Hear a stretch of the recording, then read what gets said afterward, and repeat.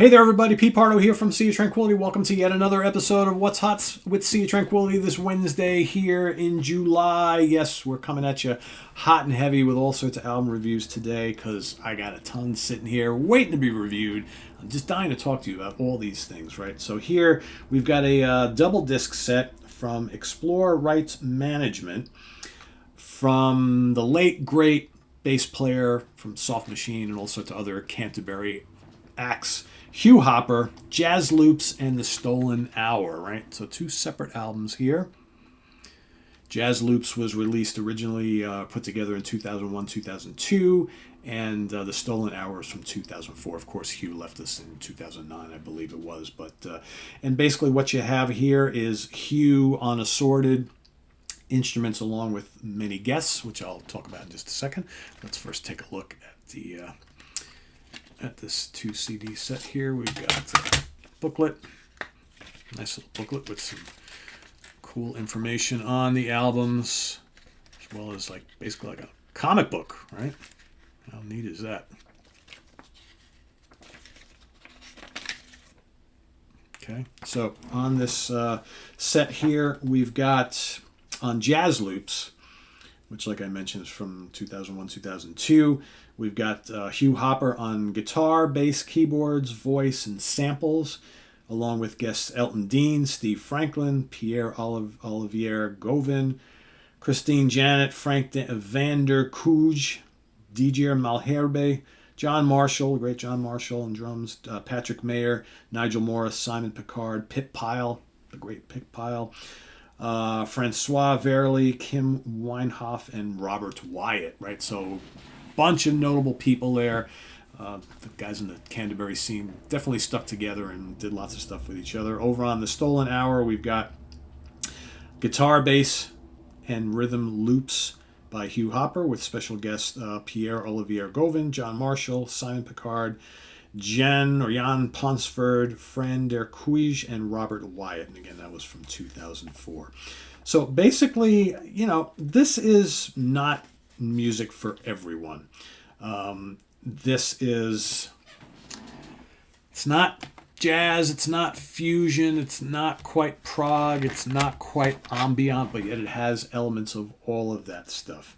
I would say on Jazzloops, the title is kind of very indicative of what the music is. It's kind of like this weird, trippy, ambient, kind of jazzy, avant-garde, electronic type of stuff. Tracks kind of float from piece to piece, and there's not like traditional soloing going on. It's kind of like textures and ideas and colors, and occasionally you get the big loopy bass and little guitar things here and there, but it's interesting music. Not something you'd put on, and you're entertaining guests or cruise around in your car, right? It's not that sort of thing. I'd say of the two, Jazzloops is definitely my least favorite of the two, but I like it. It's interesting. The Stolen Hour is a little bit more, and it's funny, on Jazzloops you get weird song titles like 13, Afric, Garasois, Frankel, Kloop, Kalsmod, all sorts of weird titles which really don't mean a hell of a lot of anything. I'm sure there is reason behind all of it, and then on The Stolen Hour you get all sorts of really interesting song titles, and again, but I find the music a little bit more composed here, a little bit more in line with the kind of quirky, jazzy Canterbury music that I think Hugh is always known for participating in. You got like Craig's Distended Train Ride, Complications at Work, The Long Drive, The Stuff He Sees, Mia's Timely Emergence from the East, Compatibility, Sharing the Stolen Hour, blah, blah, blah. There's all sorts. There's 12 tracks on this one and 11 on the other one. But I definitely like the second, The Stolen Hour, a little bit better because, again, it's like, to me, it seems like more composed music, whereas Jazzloops is just that jazzy loops and all sorts of noises and things like that. Still kind of interesting, but for my money, I much prefer the other one. So, but I think if you're someone who was following Mr. Hopper in all the various, bands that he was in, and the many, many solo albums. I mean, I forgot how many solo albums he had done.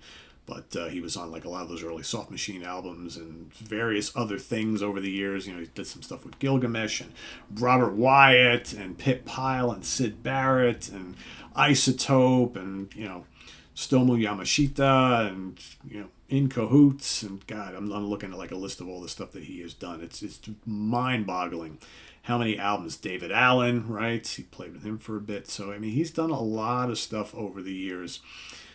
And, you know, his bass and composing skills are always been top notch. So yeah, I would say if you're a Hugh Hopper fan and you're looking to kind of, you know, if you've never gotten these before and they're all in one set, I think it's worth checking out. So yeah, Hugh Hopper, Jazzloops and the Stolen Hour. I mean, you know, I give this again.